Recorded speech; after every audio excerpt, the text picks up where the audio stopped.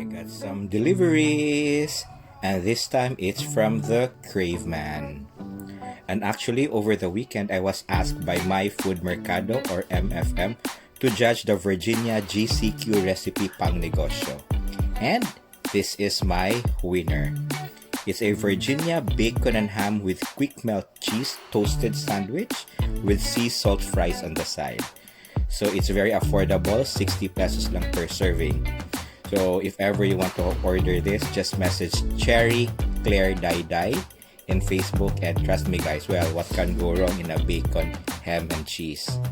So grabe ka-affordable, na pa fries, i-deliver na siya. So yeah, thank you so much My Food Merkado for asking me to judge the eye. Thank you so much. Yes, ngaunta guys.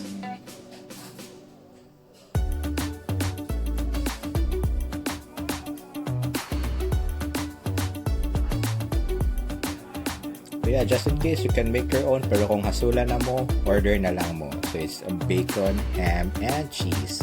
Don't forget to follow me on all my social media account guys. And just continue to stay home, stay sane, and just keep smiling. Bye-bye!